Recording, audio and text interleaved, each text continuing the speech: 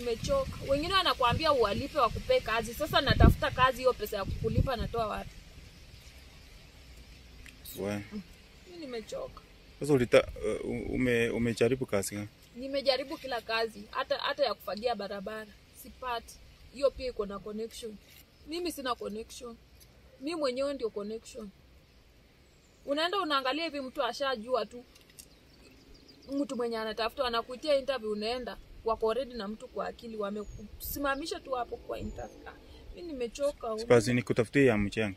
Mjengo nimeenda, kwani kuna mjengo sijaenda? Nimeenda siku nyingine nilirudi kama mbavu zangu zimevunjika. Siku 2 hivi sikukulana. Sasa unakulana na nani pasi kama mwenye ananikula bado mimi ndio tegemezi wake. Yaani mimi hata simwambia enda atafute kazi.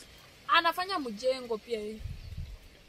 Mjengo. Sio iko sawa kujipanga, mjipange hiyo ndogo mnapata. Mjengo yenyewe unapewa 50 bob. Unapewa 300. 300 unafukula hapo chakula. Uko na fare hapo ndani.